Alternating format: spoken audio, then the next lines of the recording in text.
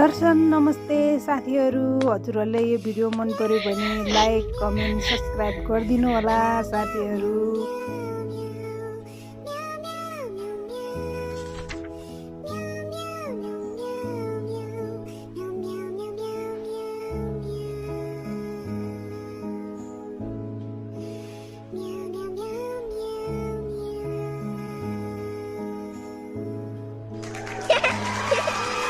छोटो मिठो कमेन्ट गरेर सबैजना साथीले सब्सक्राइब गरिदिनु होला। धन्यवाद।